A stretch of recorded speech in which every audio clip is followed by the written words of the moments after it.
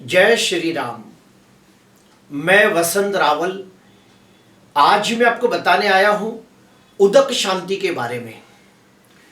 उदक शांति क्या होती है, उदक शांति को कब करना चाहिए, उसके नियम क्या है और उसका विधि विधान क्या है, ये सारी बातें आज मैं आपको विस्तार से बताने के लिए आया हूं।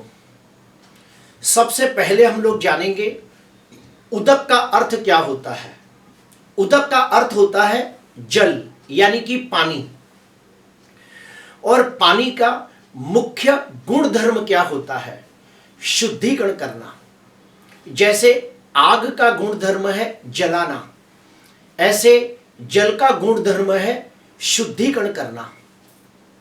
हमारे घर के अंदर कपड़े धोने हो, बर्तन धोने हो, लादी पोछा करना हो, हमारी गाड़ी को धोना हो तो हम जल का उपयोग करते हैं। हमें स्नान करना हो तो भी शरीर की शुद्धि के लिए हमें जल का उपयोग करना पड़ता है। अभी हम लोग जानेंगे कि उदक शांति यानी क्या। कलश के अंदर जल को भरा जाता है और उस जल को वैदिक मंत्रों से अभिमंत्रित किया जाता है और वो अभिमंत्रित किया हुआ जल पूरे घर के अंदर छिड़काव किया जाता है और वो घर की जो शुद्धिकरण होता है उसे हम लोग उदक शांति कहते हैं। अभी हम लोग और एक स्टेप आगे जाएंगे कि उदक शांति कब करनी चाहिए। तो सुनिए, सबसे पहला कारण, हमारे घर के अंदर जब किसी की मृत्यु हो जाती है और मृत्यु के बाद उसका 10वां, 11वां, 12वां, 13वां ये सब हम विधि विधान करते हैं, तो 13वें दिन के बाद उस सूतक का निवारण करने के लिए विद्वान ब्राह्मणों को घर पे बुलाकर उदक शांति पूजा करनी चाहिए ताकि हम नॉर्मल जीवन की तरफ आगे बढ़ सके। दूसरा कारण, अगर मान लो हमने हमारी कुंडली किसी विद्वान ब्राह्मण को दिखाई और उसने कहा कि आपकी कुंडली के अंदर पितृदोष है, आपकी कुंडली के अंदर काल सर्प दोष है, आपको तीर्थ में जाकर ये दोषों का निवारण करना होगा, तो हम लोग किसी तीर्थ में जाते हैं और नारायण नागबली नाम की पूजा करते हैं, त्रिपिंडी श्राद्ध नाम की पूजा करते हैं, काल सर्प योग नाम की पूजा करते हैं। तो ये पूजा करके आने के बाद हम जब घर पे आते हैं तो हमें उदक शांति नाम की पूजा करनी चाहिए। तो उससे हमें नारायण नागबली, त्रिपिंडी श्राद्ध, काल सर्प योग नाम की पूजा का बहुत अच्छा फल मिलता है। इसीलिए ये पूजा होने के बाद जब हम घर पे आते हैं तो हमें विद्वान ब्राह्मणों के द्वारा उदक शांति नाम की पूजा अवश्य करनी चाहिए। तीसरा कारण, अगर मान लो हमने कोई नए घर का निर्माण किया हो, हमने कोई नए फ्लैट की खरीदी की हो, नए घर की खरीदी की हो और हमें उस घर में जाना हो, लेकिन उस समय वास्तु के मुहूर्त ना हो, 1 महीना, 2 महीना, 3 महीने के लिए कभी कभी वास्तु के मुहूर्त ही नहीं होते हैं, तो ऐसी स्थिति में हम उस घर में प्रवेश कैसे करें, ये एक बहुत बड़ा प्रश्न होता है। हम इतने समय रुक ही नहीं सकते, तो क्या करें? तो ऐसी स्थिति में हमें सबसे पहले किसी विद्वान कर्मकांडी ब्राह्मण को बुलाकर हमारे घर में उदक शांति नाम की पूजा करनी चाहिए और वो 2-3 महीने का फासला जो है उसे काट देना चाहिए। फिर जैसे ही वास्तु के मुहूर्त शुरू होते हैं तो अच्छे ब्राह्मणों के द्वारा वास्तु शांति यज्ञ करना होता है।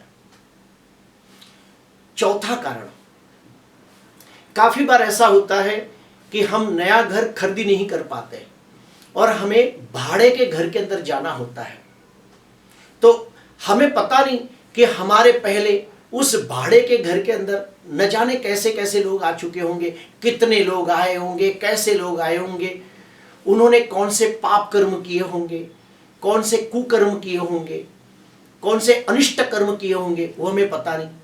तो वो जो नकारात्मक ऊर्जा होती है, उस नकारात्मक ऊर्जा को दूर करने के लिए उदक शांति पूजा करनी चाहिए।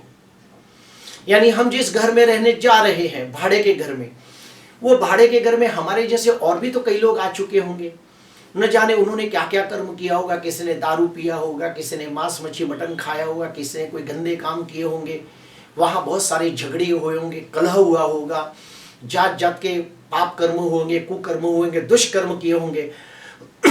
तो उन दुष्कर्मों की जो नेगेटिविटी होती है, नकारात्मक ऊर्जा होती है, उसको नाश करने के लिए हम लोग उदक शांति पूजा करते हैं। और आखिरी कारण, 5वें नंबर का कारण क्या है? काफी बार ऐसा होता है कि हम हमारे घर के अंदर कुत्ते को पालते हैं, बिल्ली को पालते हैं, कोई पशु पक्षी को पालते हैं और वो जानवर हमारे घर में मर जाता है। काफी बार ऐसा भी होता है कि उड़ते उड़ते कोई कबूतर आ गया, उड़ते उड़ते कोई चिड़िया आ गई और हमारे पंखे के अंदर वो उसका मृत्यु हो गया, पंखे के वजह से उसकी मृत्यु हो गई। तो भी उस घर के अंदर कोई नेगेटिव ऊर्जा उत्पन्न हुई हो, उस जीव की हानि के वजह से हमें कोई दोष लगा हो, तो उस दोष का निवारण करने के लिए, नेगेटिव ऊर्जा को नाश करने के लिए हमें उदक शांति नाम की पूजा करनी चाहिए। शास्त्र में यह भी कहा गया है, धर्म सिंधु ग्रंथ के अंदर उदक शांति के बारे में काफी डीप में नॉलेज दिया गया है।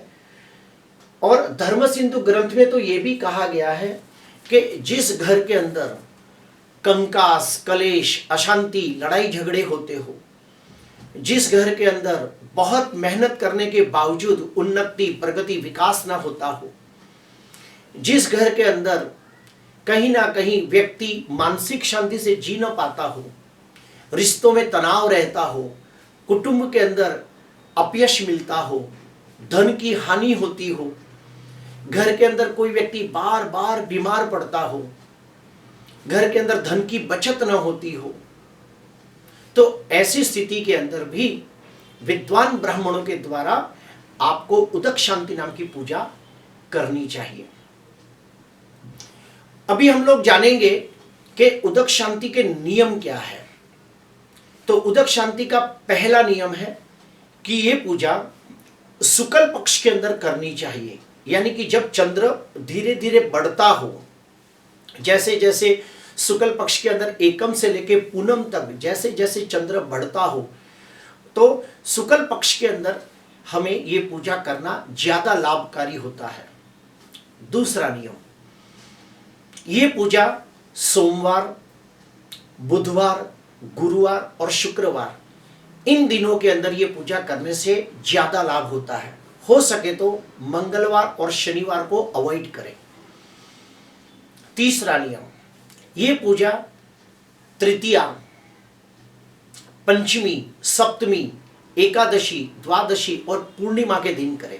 फिर से कहूंगा, तृतीया, पंचमी, सप्तमी, एकादशी, द्वादशी और पूर्णिमा के दिन अगर ये पूजा की जाए तो उसका बहुत अच्छा लाभ होता है। आखिरी नियम, चौथा नंबर का नियम, अगर कोई गरीब व्यक्ति हो तो एक ही ब्राह्मण को बुलाकर उदक शांति कर सकता है। कोई मिडिल क्लास हो तो 3 ब्राह्मणों को बुलाकर उदक शांति कर सकता है। अगर कोई व्यक्ति धनवान हो तो वो व्यक्ति 5 ब्राह्मण या 7 ब्राह्मण या 11 ब्राह्मणों को बुलाकर भी उदक शांति कर सकता है। और उदक शांति का मुख्य उद्देश्य क्या होता है? तो मुख्य उद्देश्य यह होता है कि उस घर के अंदर कोई भी प्रकार की नेगेटिव ऊर्जा हो तो उसका शुद्धिकरण किया जाए। अभी हम जानेंगे उसकी विधि विधान क्या है।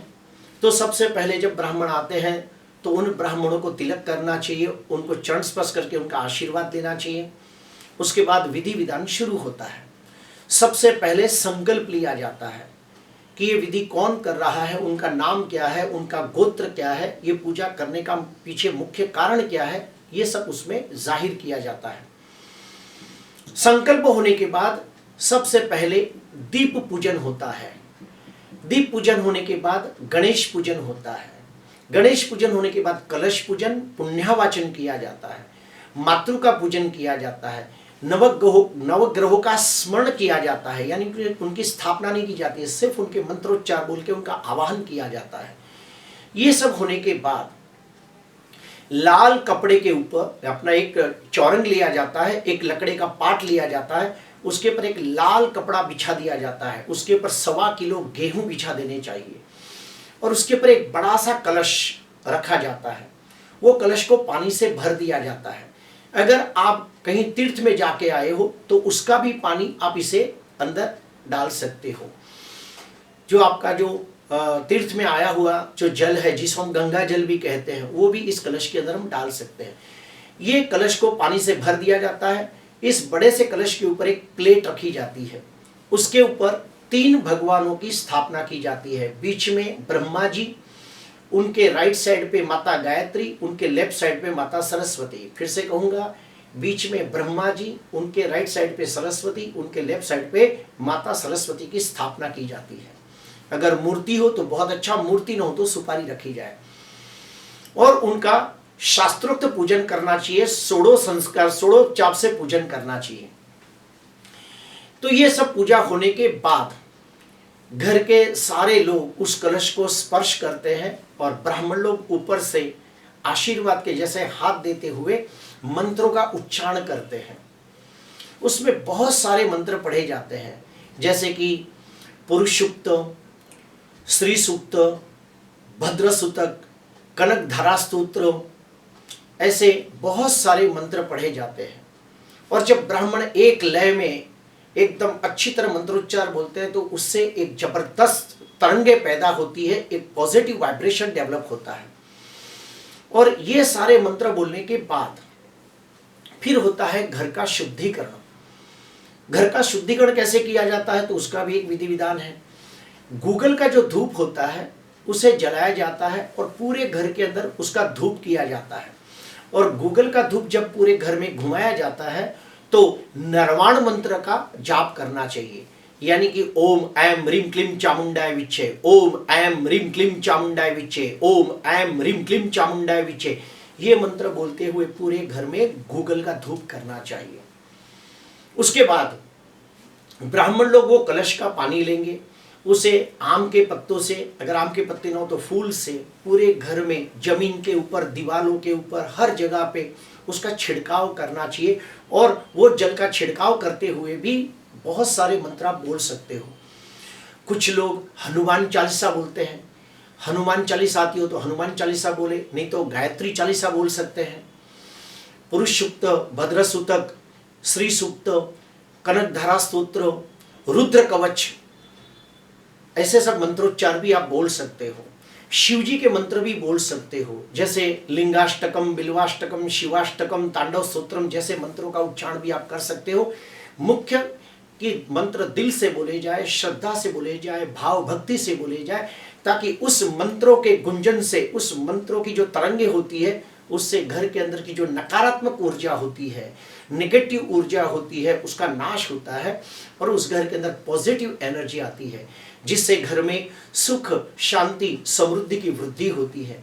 सभी लोग घर के अंदर स्वस्थ, तंदुरुस्त, निरोगी जीवन जीते हैं। घर के अंदर सब लोग जितने भी मेंबर हैं आपस में मिलजुल कर प्यार से स्वस्थ, तंदुरुस्त जीवन जीते हैं और ब्राह्मणों के आशीर्वाद से, भगवान की कृपा से उस घर के अंदर कोई भी दुर्घटना, अशुभ घटना नहीं घटती है। तो प्रिय दर्शकों, आज मैंने आपको बताया कि उदक शांति क्या होती है, वो कौन से कारणों वश किया जाता है, उसके नियम क्या है और उसका विधि विधान क्या है।